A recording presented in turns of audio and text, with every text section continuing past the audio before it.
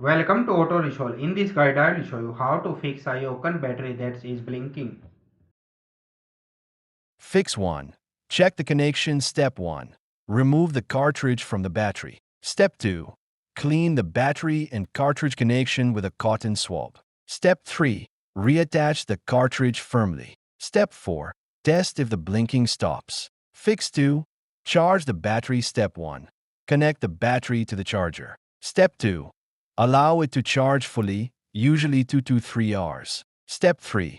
Check if the blinking stops after charging. Fix 3. Reset the battery. Step 1. Turn the battery off by pressing the button 5 times quickly. Step 2. Wait 10 seconds. Step 3. Turn it on by pressing the button 5 times again. Step 4. Test if the blinking has stopped. Fix 4. Check for short circuit. Step 1. Remove the cartridge and inspect for liquid or debris. Step 2. Clean any residue carefully. Step 3. Reattach the cartridge and test the battery.